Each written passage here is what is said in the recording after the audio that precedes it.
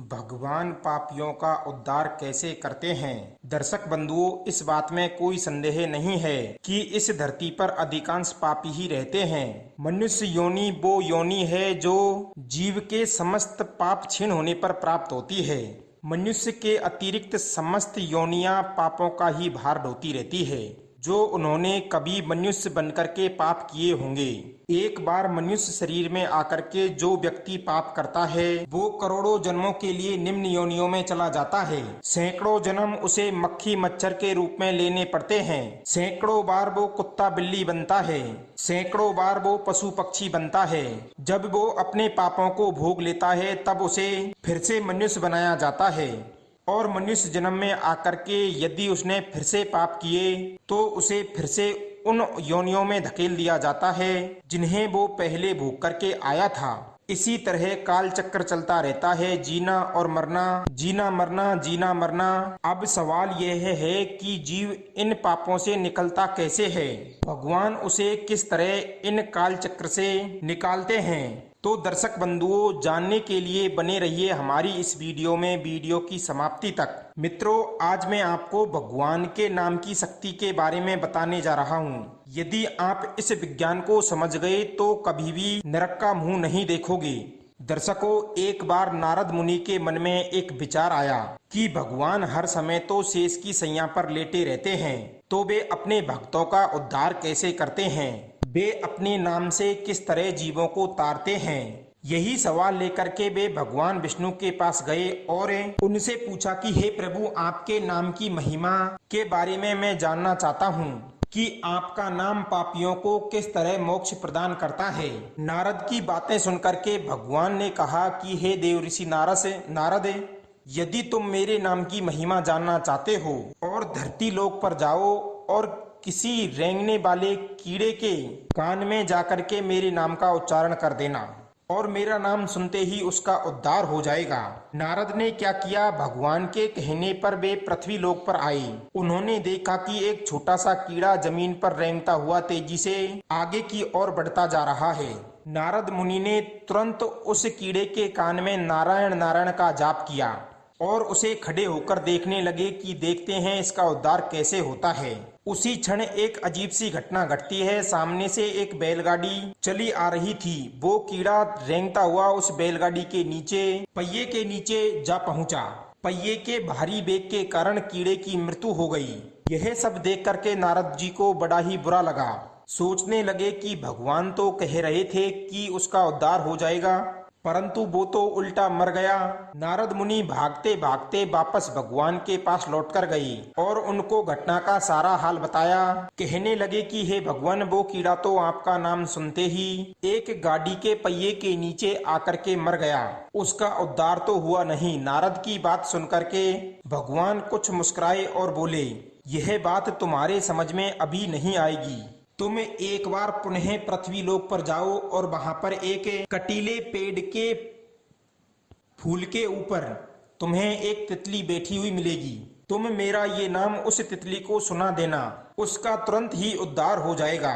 भगवान की आज्ञा के अनुसार नारद मुनि फिर से धरती लोक पर आए तो देखते क्या है कि एक कटीले पौधे पर एक तितली बैठी हुई है। नारद ने तुरंत उस तितली के कान में नारायण नारायण शब्द का जाप कर दिया।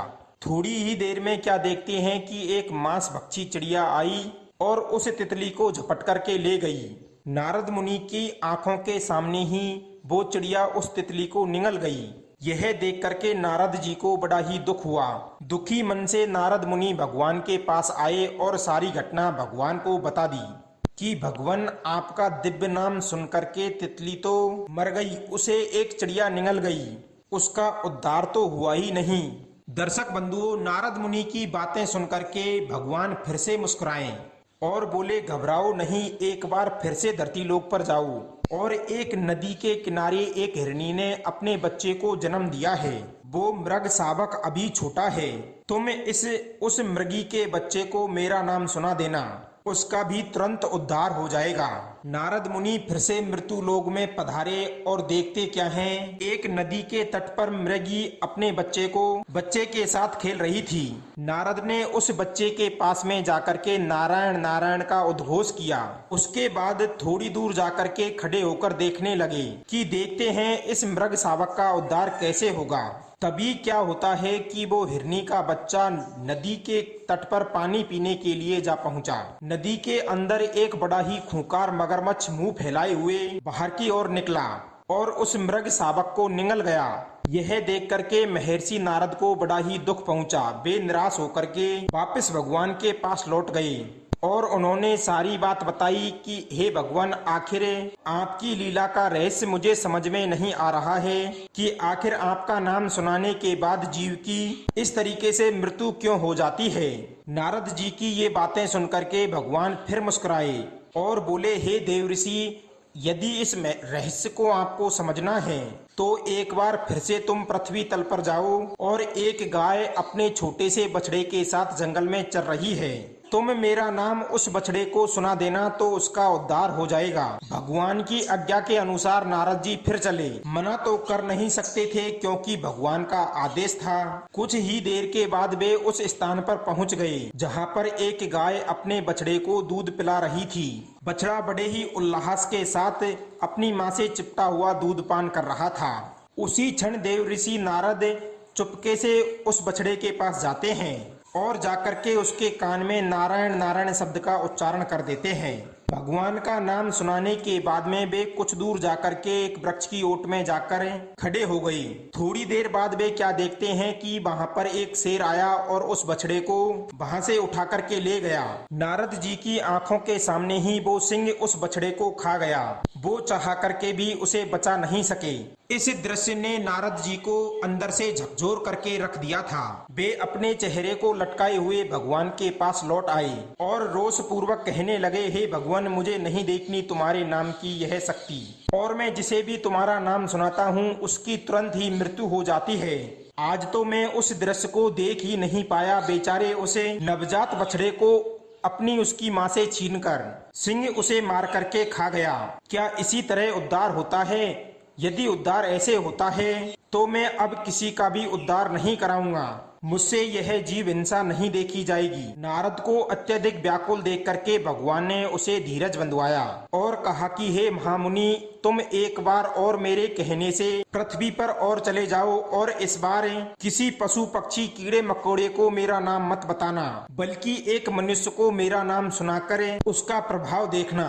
तुम जाओ और एक राजा के घर एक पुत्र ने जन्म लिया है। तुम उस राजपुत्र के कान में मेरा नाम गुनगुना देना।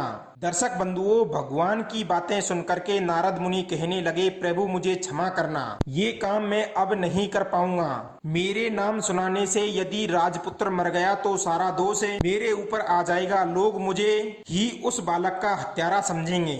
भगवान मुस्कुराते हुए बोले, हे देव ऋषि, चिंता मत करो। ऐसा कुछ भी नहीं होगा जिससे लोग तुम्हें हत्यारा कहेंगे। सबको जीवन देने वाला और मारने वाला मैं ही हूँ। मेरी इच्छा के बिना ना तो कोई जन्म लेता है और ना ही कोई मरता है। तुम निसंकोच होकर के जाओ। दर्शक बंधुओं, भगवान के कहने पर डरते डरते से नारद मुनि राजा के यहाँ पर पहुंच जाते हैं। राजा के यहाँ पर पुत्र जन्म का महा उत्सव मनाया जा रहा था। नारद मुनि को देख करके राजा की खुशी का कोई ठिकाना नहीं था। राजा ने उनका यथाचित सत्कार किया और अपने बेटे को ला करके देव ऋषि के आगे लिटा दिया। दोनों हाथ जोड़ करके बोले, हे ऋषिवर, आप मेरे पुत्र को आशीर्वाद दीजिए। यह देख करके नारद जी घबरा गए कि अब तो ये लोग मुझे ही बालक की मृत्यु का दोषी बताएंगे। डरते डरते नारद जी ने बालक के कान में भगवान का नाम तो गुनगुना दिया, परंतु अंदर ही अंदर बड़े ही भयभीत हो रहे थे। उसी क्षण वो बालक बोलने लगा और नारद जी को प्रणाम करके बोला, हे नारद जी, हे मुनिवर, आप धन्य हो, आपने मेरा उद्धार कर दिया। इस प्रकार उस छोटे से बालक को स्पष्ट रूप में बोलता हुआ देख करके नारद मुनि बड़े ही आश्चर्य में थे कि यह नन्हा सा बालक कौन सी शक्ति के प्रभाव के कारण बोल रहा है। जब वो बालक कहता है, हे महर्षि, मैं वही कीड़ा हूँ जिसे तुमने सर्वप्रथम भगवान का नाम सुनाया था। नाम के प्रभाव से मैं कीड़े से उद्धार होकर के तितली बना। तब मुझे उस शरीर से इसी नाम से मुक्ति मिली। फिर मैं हिरण योनि में गया, वहां भी मुझे आपने भगवान का नाम सुना करके मेरा उद्धार कर दिया। फिर मैं गाय का बछड़ा बना और उसे जन्म में भी मुझको ईश्वर का नाम सुनने को मिला। उन्हीं नामों की महिमा से मैं उस पाप योनि से अति शीघ्र छूटकर निकल गया, वरना मुझे एक एक योनियों में हजारों लाखों बार जन्म लेना पड़ता और उनमें मरना पड़ता। उस नाम के प्रताप से मैं एक ही बार जन्म लेकर के उन पाप की योनियों से मुक्त होता चला गया और अब मेरे पूर्व के सारे पाप नष्ट हो चुके हैं और मैं एक बार फिर से मनुष्य बना हूँ और इस बार मैं ईश्वर का नाम जप करके जन्म और मरण से छुटकारा पा लूंगा। आपने मुझे बालकपन में ही भगवान का नाम सुनाकर इस मोह माया से मुक्त कर दिया है।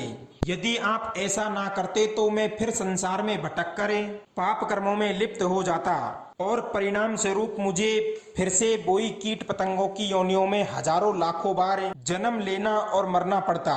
बालक की बातों को सुनकर के नारद मुनि भगवान की नाम की महिमा को अच्छी तरीके से समझ चुके थे। दर्शक बंधुओं, यह कथा आपको कैसी लगी कमेंट बॉक्स में कमेंट के माध्यम से जरूर बताएं। मिलते हैं अगली चर्चा में नई ज्ञान चर्चा के साथ, नई कहानी के साथ। आप सभी का बहुत